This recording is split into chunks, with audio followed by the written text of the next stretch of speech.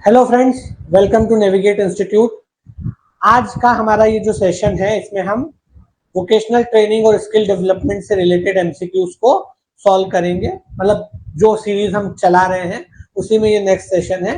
Skill development और vocational training से जुड़े हुए मल्टीपल चॉइस क्वेश्चंस का प्रैक्टिस सेशन ये है, जिसमें हम कई क्वेश्चंस को आज सॉल्व करने की कोशिश करते हैं। तो शुरू करते हैं हमारा आज का सेशन।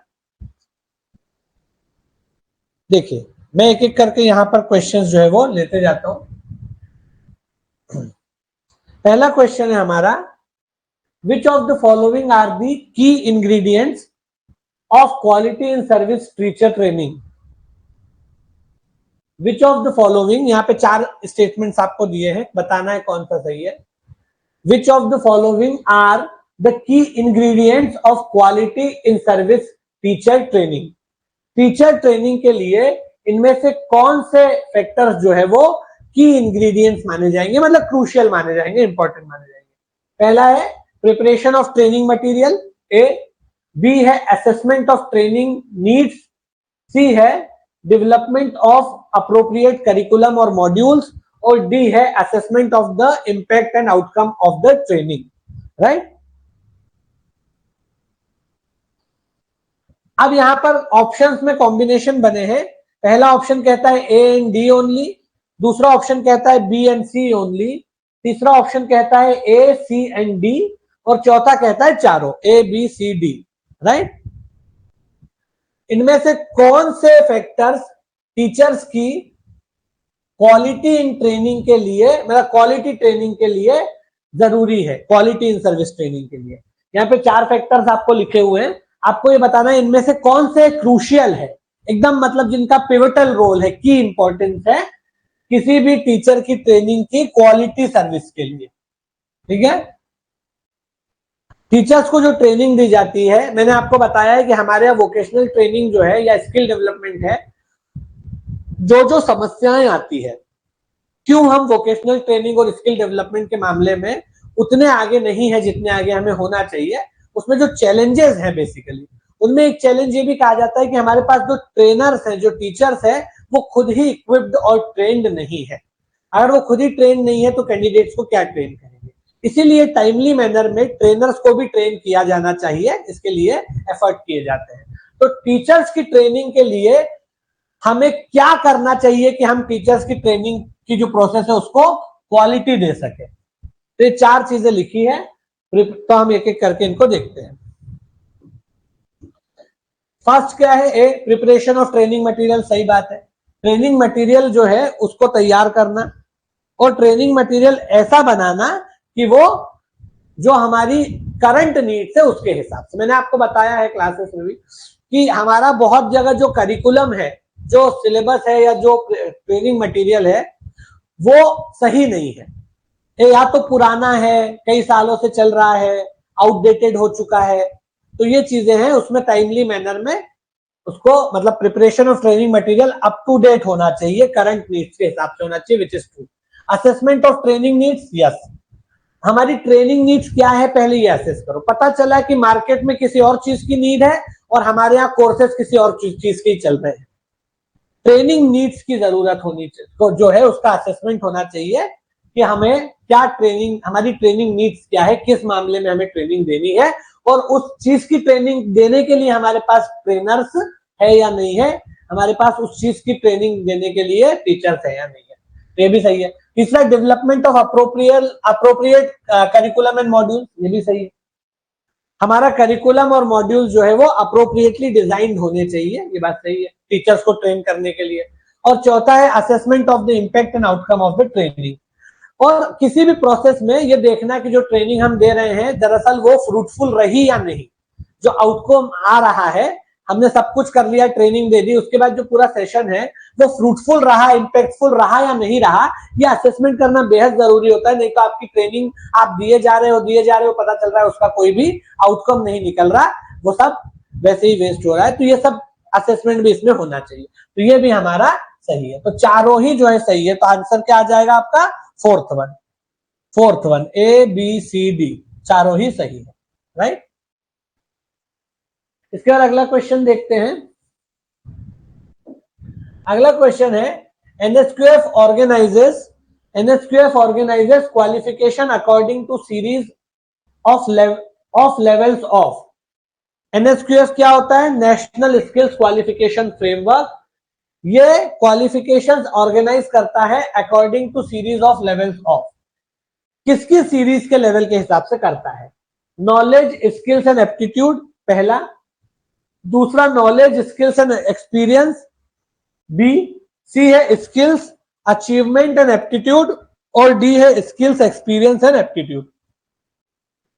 एनएसक्यूएफ जो क्वालिफिकेशंस के लिए, एनएसक्यूएफ जो है वो ऑर्गेनाइज करता है क्वालिफिकेशंस को किसके हिसाब से? नॉलेज, स्किल और एप्टीट्यूड के हिसाब से, नॉलेज, स्किल और एक्सपीरियंस के हिसाब से, स्किल, अचीवमेंट एंड एप्टीट्यूड के हिसाब से, या स्किल, एक्सपीरियंस एंड एप्टीट्यूड के हिसाब से।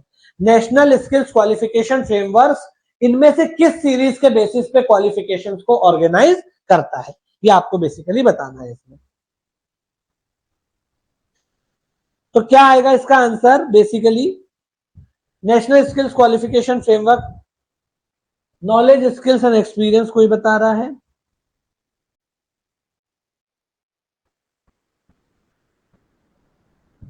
वोकेशनल ट्रेनिंग क्या होती है? Knowledge, achievement and aptitude? No, मैंने आपको बताया था कि जो वोकेशनल ट्रेनिंग होती है ना,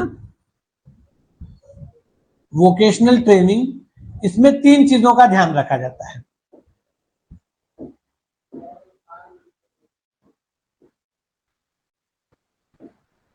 जो वोकेशनल ट्रेनिंग होती है या वोकेशनल एजुकेशन होती है, इसमें 3 चीजों का ध्यान रखा जाता है। कौन सी 3 चीजें? एक नॉलेज, दूसरा स्किल्स, और तीसरा है एप्टीट्यूड। तीसरा है एप्टीट्यूड।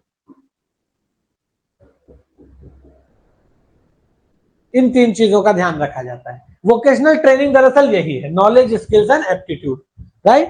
तो इसका जो सही आंसर आएगा वो आएगा A, knowledge, skills and aptitude. Experience थोड़ी, अगर मान लो फ्रेशर हो आप मान लो फ्रेशर हो, अभी आप कॉलेज में आई हो स्कूल पास करके, मान लो 15 साल के हो, 16 साल के हो, 17 साल के हो, तो आपको एक्सपीरियंस कहां से हो जाएगा? एक्सपीरियंस के बेसिस पे क्वालिफिकेशन ऑर्गेनाइज करेगा क्या एनएसक्यूएफ? नहीं करेगा, ठीक है। उसके बाद अगर आपने अभी आए हो तो आपका अचीवमेंट तो हो ही नहीं सकता कुछ।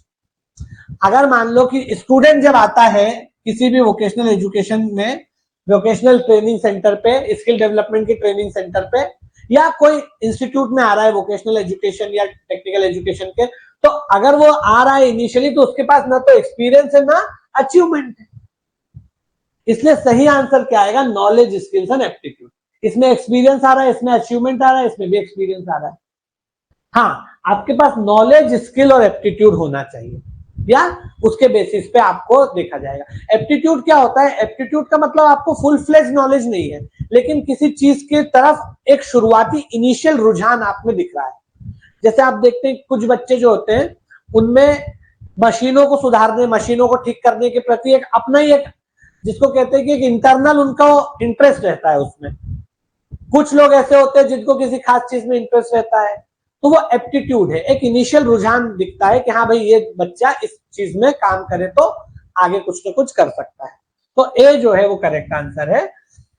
और एनएस जो आपका वोकेशनल एजुकेशन है उसमें नॉलेज, स्किल्स और एप्टीट्यूड, ये 3 चीजें ही आती है। एक्सपीरियंस और अचीवमेंट आपका होएगा ही नहीं जब तक आप, अभी तो आप ट्रेनिंग लेने आए हो। एनएसक्यूएफ अभी तो आपके क्वालिफिकेशंस को ऑर्गेनाइज कर रहा है, राइट? अभी एक्सपीरियंस और ये सब चीजें नहीं आएंगी। उसके बाद अगला देखते हैं। देखो, which of the following is mandatory as per PMKVY 2.0 guidelines?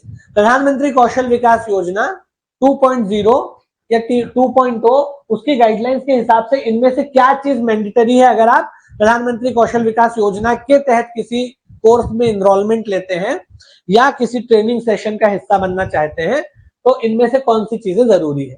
देखिए क्या ऑप्शन से, पहले तो 3 चीजें दी हुई है। एक है बायोमेट्रिक अटेंडेंस होगा, ये 2.0 है, याद रखना। जो उसका सेकंड फेज है ना, सेकंड फेज के बारे में पूछ रहा है स्पेसिफिकली। प्रधानमंत्री कौशल विकास योजना का जो सेकंड फेज है उसके बारे में स्पेसिफिकली पूछा गया है, तो कौन सी चीजें मैंडेटरी है? पहला बायोमेट्रिक अटेंडेंस, दूसरा आधार नंबर, तीसरा 30% women candidate to be trained. Total candidates का 33% जो है एटलीस्ट विमेन होनी चाहिए किसी भी कोर्स में, राइट। तो यहाँ पे ऑप्शंस देखिए, first and second that is biometric and Aadhaar, first only that is only biometric, first and third biometric and 33% women candidates to be train, और ऑल ऑफ द अबव।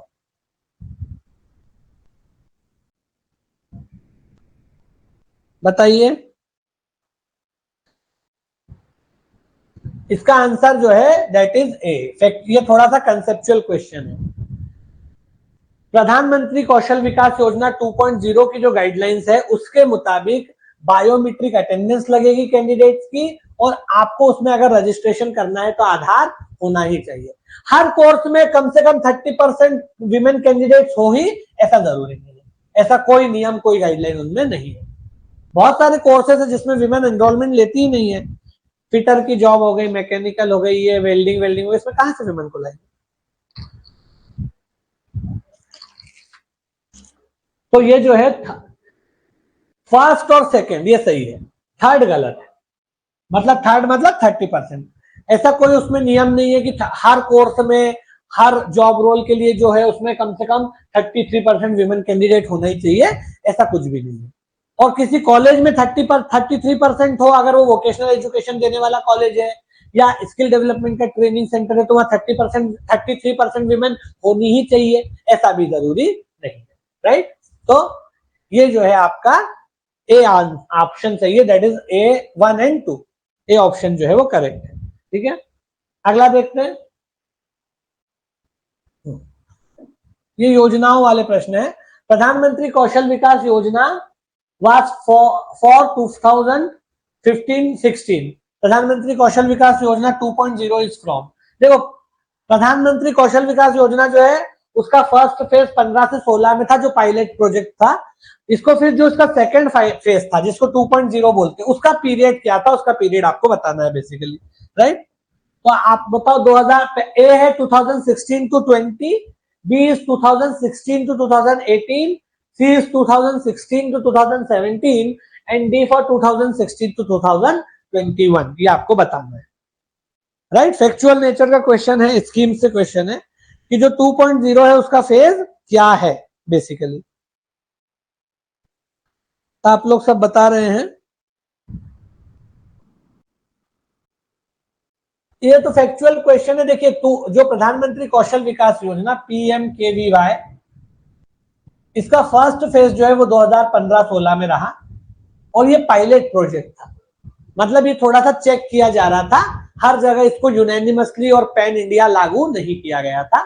कुछ पर्टिकुलर रीजन्स में, कुछ particular areas में और कुछ particular job roles के लिए इसको पहले एक तरह से इंप्लीमेंट करके देखा, फिर ये थोड़ा प्रॉमिसिंग लगा, तो फिर इसको पैन इंडिया और फुल फ्लेज लेकर के आए, जिसको बोलते हैं प्रधानमंत्री कौशल विकास योजना का 2.0, मतलब सेकेंड फेज।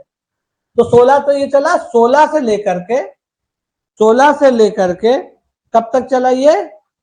कुछ लोग जो है वो बी बता रहे हैं, कुछ लोग जो है ए बता रहे हैं। मेरे हिसाब से मैंने आपको ये बताया हुआ है, अगर आप लोगों ने क्लासेस अटेंड की होगी तो मैंने बताया था कोविड आ गया था तब तक जो है ये चला 2020, मतलब कोविड आ गया था तब तक ये चल रहा था 2020 तक।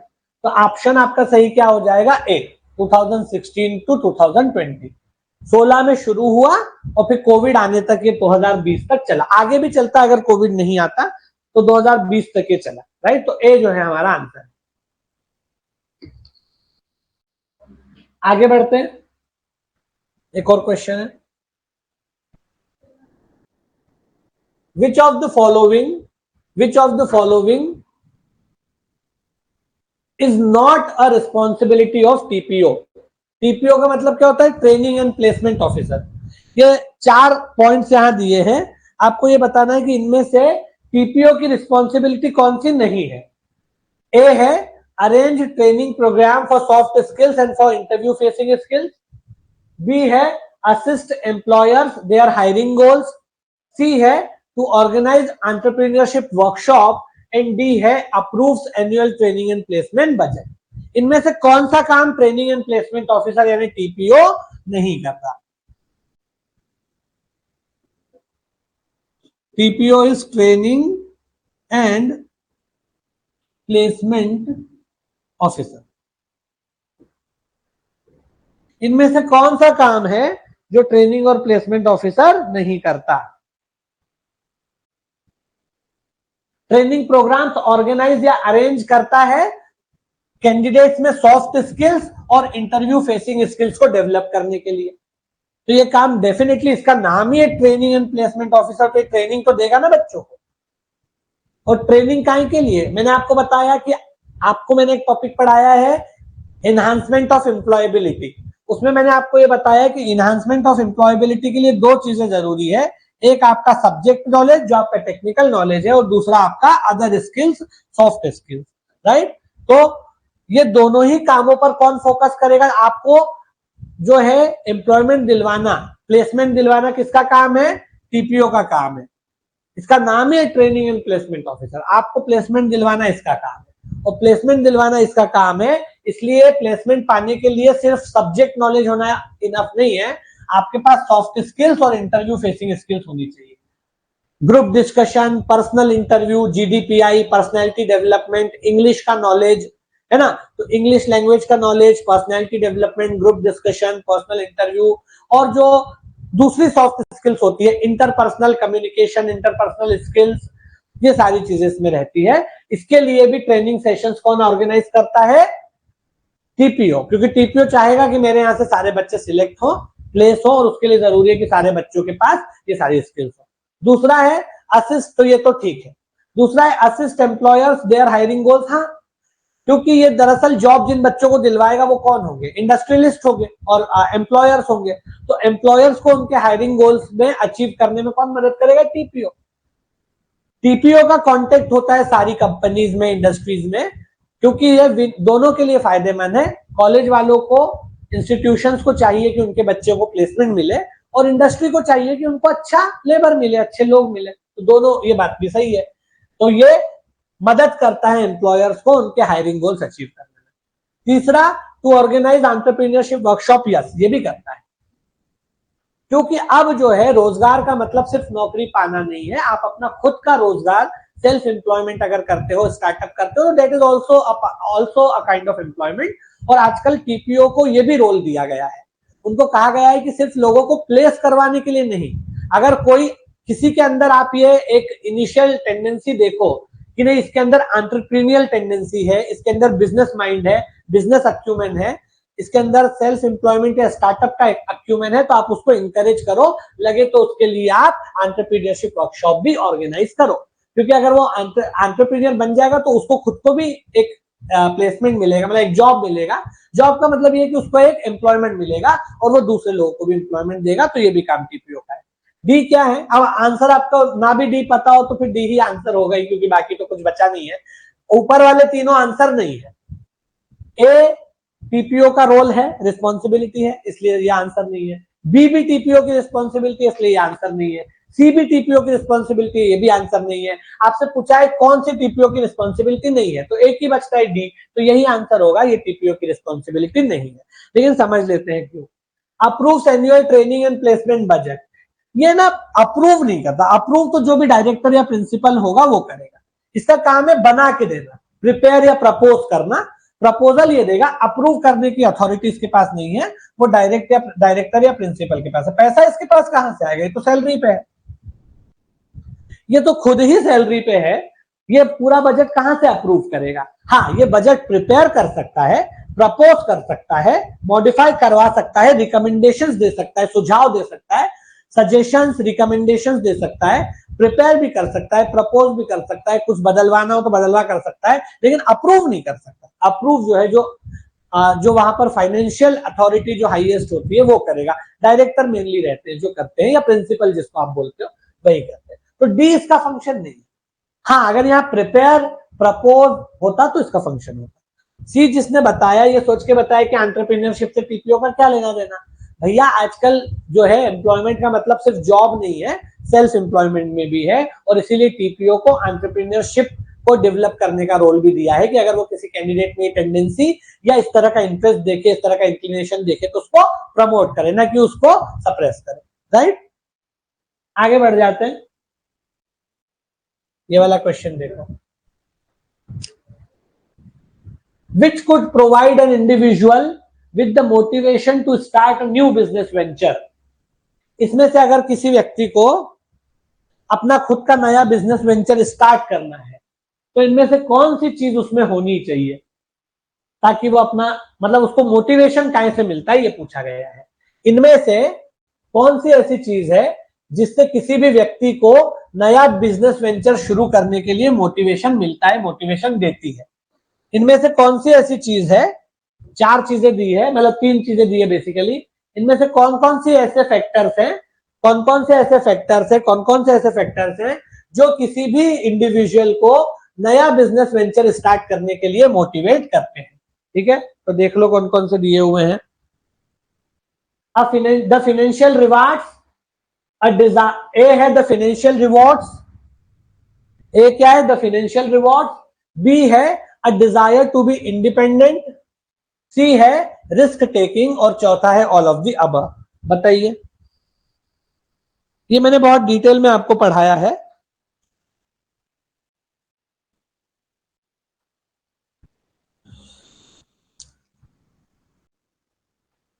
कौन कौन सी चीजें, देखिए इसमें पहला अगर हम देखें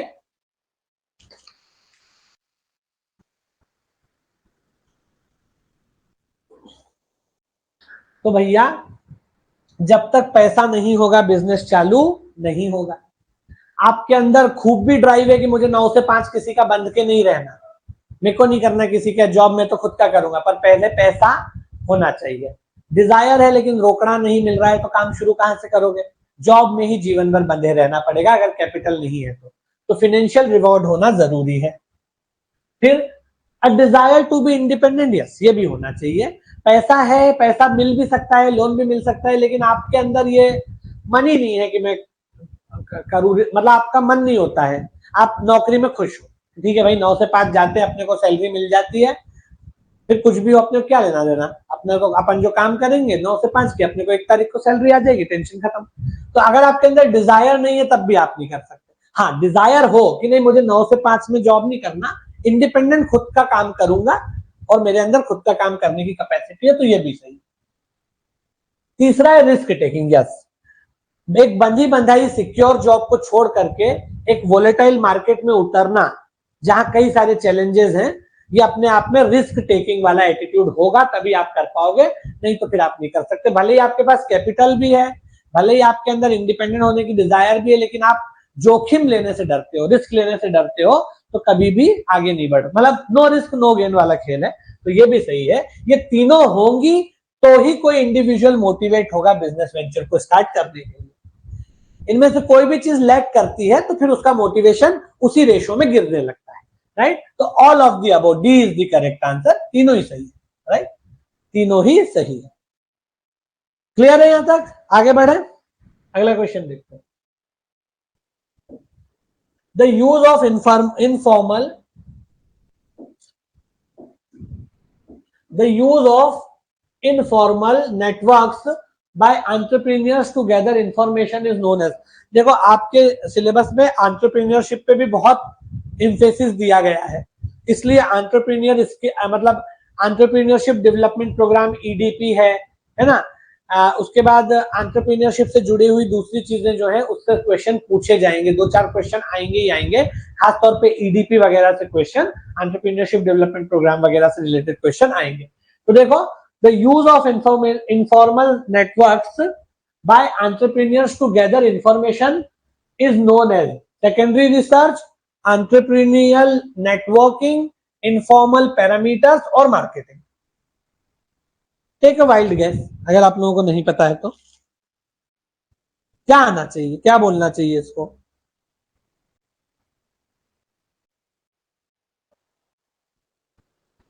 ए सेकेंडरी रिसर्च, और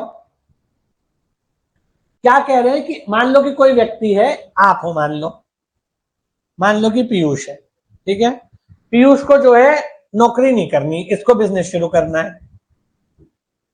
अब बिजनेस शुरू करने के लिए इसके पास गाइडेंस नहीं है, तो सोचता भाई थोड़ा सा गाइडेंस मिलना चाहिए, तो ये क्या करेगा कि कोई भी इनफॉर्मल नेटवर्क का यूज करेगा। जैसे मान लो कि इसका एक दोस्त है, उसका कोई जानकार है जिसने स्टार्टअप किया है सेम फील्ड में, या इसका कोई रिलेटिव है उसने कोई स्टार्टअप लिया है, या इसका कोई पड़ोसी है वो किसी को जानता है जिसने सेम फील्ड में स्टार्टअप लिया है, या कोई और बंदा है जिसने कहा कि यार मेरा एक दोस्त है उसने लोन लिया है सरकार की किसी योजना से। तो ये क्या है, ये इंफॉर्मेशन गैदर करना है इनफॉर्मल नेटवर्क से।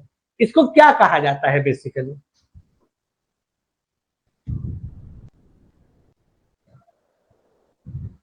नहीं, इसे सेकेंडरी रिसर्च नहीं बोलते हैं, सेकेंडरी रिसर्च इसको नहीं कहा जाता है। सेकेंडरी रिसर्च जो है वो अलग चीज हो गई है। और कोई? इसे एंटरप्रेन्योरल नेटवर्किंग बोलते हैं, एंटरप्रेन्योर नेटवर्किंग। ठीक है, एंटरप्रेन्योरल नेटवर्किंग भले ही ये इनफॉर्मल है, लेकिन अगर आप नेटवर्क का यूज कर रहे हो, एक इनफॉर्मल नेटवर्क का भी यूज कर रहे हो अपने एंटरप्रेन्योरशिप के किसी पर्पस के लिए, तो वो एंटरप्रेन्योरल नेटवर्किंग कहते हैं। इनफॉर्मल पैरामीटर, ये पैरामीटर थोड़ी है, किसी से आप इंफॉर्मेशन लो तो ये क्या पैरामीटर हो गया? पैरामीटर ये नहीं है। आपसे मैं आप कोई से नॉलेज लो कि भाई कहां से मेरे को लोन मिल सकता है, इस फील्ड में उतरू या नहीं उतरू, क्या प्रोस्पेक्टस है, अभी मतलब इसमें थोड़े से पांव जमाने में कितना समय लगेगा, ये आप नॉलेज ले रहे हो।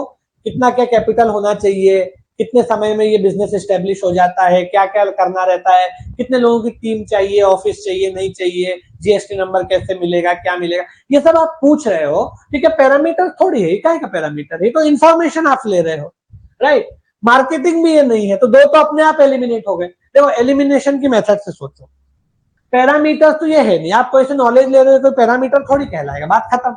मार्केटिंग भी ये नहीं है, कोई से इंफॉर्मेशन लेना, गैदर इंफॉर्मेशन लिखा है, ये मार्केटिंग नहीं है। It's neither marketing nor informal parameter. तो आपका ये दो तो खत्म हो गए, अब दो बचे। अब दो में कम से कम आपके पहले तो 25% चांस थे सही होने के, अब आपका तुक्का भी लग गया तो 50% तो आपके सही हो चांस हो गए सही होने के।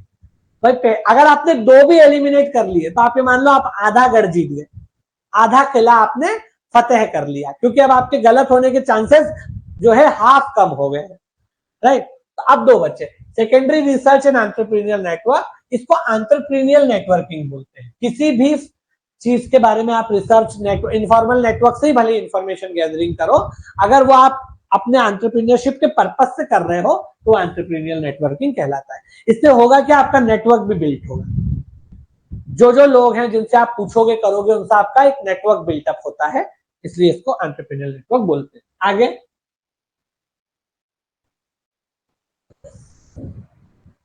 ये वाला बताओ, given below are two statement, दो स्टेटमेंट्स दिए हुए हैं। पहला स्टेटमेंट कहता है, दो स्टेटमेंट दिए हैं, पहला स्टेटमेंट क्या कहता है, पहला स्टेटमेंट कहता है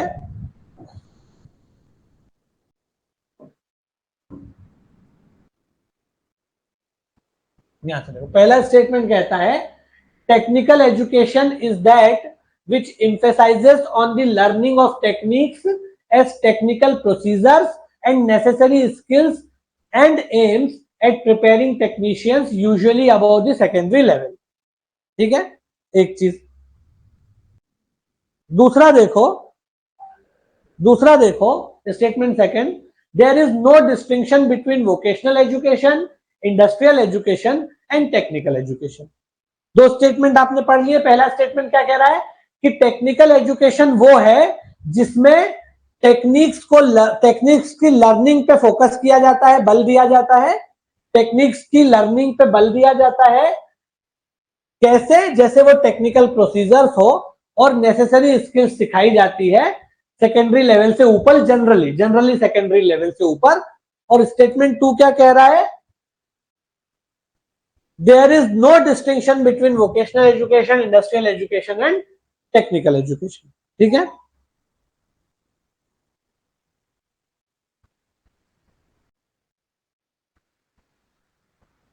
तो आपके ऑप्शंस आप देखिए, in the light of above statement choose the correct answer from the options given below. ये चार आपको ऑप्शंस दिए हैं, आपको बताना है कि इनमें से कौन सा सही है इन दोनों स्टेटमेंट्स के बारे में। ए कहता है both statements A and two are true, ये कह रहा है दोनों सही है।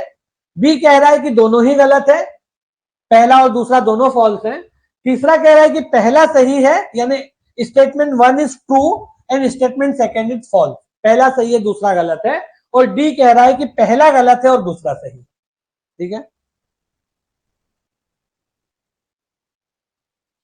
बताइए आप लोग इसको थोड़ा सा, फिर मैं आपको सही इसका बताता हूं।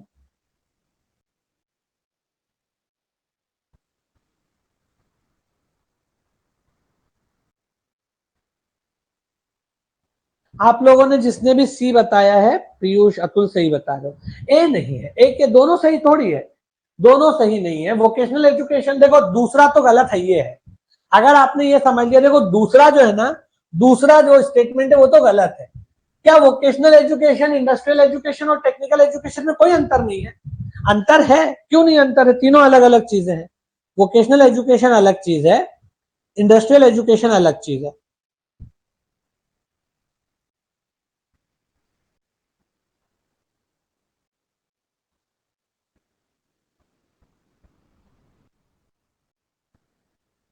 देखो इनमें थोड़ा थोड़ा अंतर है। टेक्निकल एजुकेशन जो है टेक्नोलॉजी से रिलेटेड है। मान लो कि मैंने एक प्रोग्राम चलाया जिसमें कुछ महिलाओं को मशीन पे सिलाई करना सिखाया जाता है, पीकू लगाना, फॉल करना या कपड़े सिलना सिखाया जाता है। ठीक है, एक और काम है जिसमें पॉटरी सिखा रहे हैं। तो ये पॉटरी सिखाना, महिलाओं को ट्रेनिंग या सिलाई सिखाना, पिकू फॉल करना सिखाना, मेहंदी बनाना सिखाना, ये क्या टेक्निकल एजुकेशन है? ब्यूटी पार्लर का कोर्स सिखाना, इसको क्या हम टेक्निकल एजुकेशन बोलेंगे? इसको वोकेशनल एजुकेशन बोलेंगे, टेक्निकल एजुकेशन नहीं बोलेंगे। और ना ही इसको हम इंडस्ट्रियल एजुकेशन बोलेंगे। आई बात समझ में? इनमें डिफरेंस है। वोकेशनल एजुकेशन और technical education are not synonyms. कुछ जैसे सिलाई करना, कढ़ाई करना या मेहंदी बनाना महिलाओं को सिखाया जाता है, वो वोकेशनल एजुकेशन तो है, ट्रेनिंग तो है, लेकिन टेक्निकल एजुकेशन नहीं। आगे बात समझ में? इनमें डिफरेंस है, तो ये तो गलत है ही है। स्टेटमेंट सेकंड जो है वो तो गलत है ही है। अब आप मुझे बताइए कि इन ऑप्शंस में से कौन सा ऐसा ऑप्शन है जो स्टेटमेंट सेकंड को ट्रू बता रहा है, उसको हटा दो। जैसे डी जो है वो स्टेटमेंट सेकंड को ट्रू बता रहा है, तो ये अपना उत्तर नहीं हो सकता, आंसर नहीं हो सकता। और ए भी स्टेटमेंट टू को ट्रू बता रहा है, ये भी आंसर नहीं हो सकता। ए भी सेकंड को ट्रू बता रहा है और डी भी सेकंड को ट्रू बता रहा है, तो ये दोनों गलत है, क्योंकि ये तो गलत है ही। अब बी और डी देखते हैं।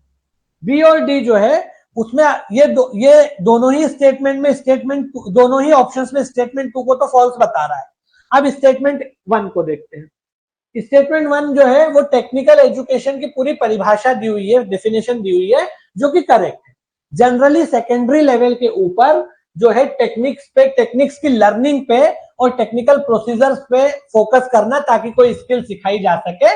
तो ये क्या, ताकि और स्किल सिखा करके जो कैंडिडेट्स है उनको टेक्नीशियंस बनाया जा सके। ठीक है, टेक्निकल प्रोसीजर्स और टेक्निक्स की लर्निंग पे फोकस करना, एम्फेसिस करना, ताकि नेसेसरी स्किल सिखा करके कैंडिडेट्स को टेक्नीशियंस के रूप में प्रिपेयर किया जा सके, यही टेक्निकल एजुकेशन है। राइट, तो ये हमारा सही है। तो ऑप्शन कौन सा सही आएगा आपका? बी, सॉरी, हाँ बी, बोथ स्टेटमेंट, नहीं बी नहीं, सॉरी, सी आएगा, सी, क्योंकि statement one is true and statement two is false. C जो है वो आपका आंसर होगा। पहला जो है वो सही है स्टेटमेंट और दूसरा जो है वो गलत है। Statement one is true, statement two is false. जिन्होंने भी सी बताया वो करेक्ट है। राइट, इसके अलावा चलिए आज के सेशन को यहीं खत्म करते हैं। अब जब अगला सेशन होगा तो मैं आपको और कुछ जो है सवाल इसके करवाऊंगा। इसका जो सेशन है एमसीक्यूज का, हम लोग लगातार करेंगे। इससे आपका रिवीजन भी होता रहेगा, आपको क्वेश्चंस को सॉल्व करने की टेक्निक्स भी पता चलेगी, एलिमिनेशन वगैरह, और नई नई चीजें भी पता चलेगी, प्रैक्टिस भी होगी। ठीक है, तो लगातार मैं नए नए क्वेश्चंस लेकर के आऊंगा और प्रैक्टिस सेशन हम करेंगे। आज का सेशन यही खत्म करते हैं, अब अगले सेशन में आपसे मिलेंगे। और आप लोग एमपी वाला जो एमसीक्यूज का होता है उसको क्यों नहीं अटेंड करते? एमपी का भी मैं ले रहा हूं, सर डेली करवा दीजिए। डेली तो नहीं होगा, अल्टरनेट डेज में होगा, डेली इज नॉट पॉसिबल। लेकिन जो एमपीजीके का होता है आपके सिलेबस में नॉन टेक सब्जेक्ट्स भी है ना, नॉन टेक का भी आपका पेपर होना है, उसके भी मैं एमसीक्यूज ले रहा हूँ, उसमें आप लोग क्यों नहीं आते हो? सर प्लीज डेली बेसिस पर प्रैक्टिस सेशन अरेंज कराइए। अरे अल्टरनेट डेज में ठीक है ना, अल्टरनेट में क्या दिक्कत है आपको? ऑल्टरनेट में सही है, मेरा एक दिन अपन एमपीजीके का भी मैं ले रहा हूं, तो एमपीजीके एक दिन और एक दिन वो आपका। अच्छा ठीक है, चलो ठीक है, जो भी होगा देखते हैं। अभी तो खैर आज तो ये आपका प्रैक्टिस सेशन मैंने लिया है, अब जो है शायद परसों होगा, अल्टरनेट डेज में हो रहा है तो बाकी फिर देखते हैं, फिर परसों बात करते हैं, ठीक है।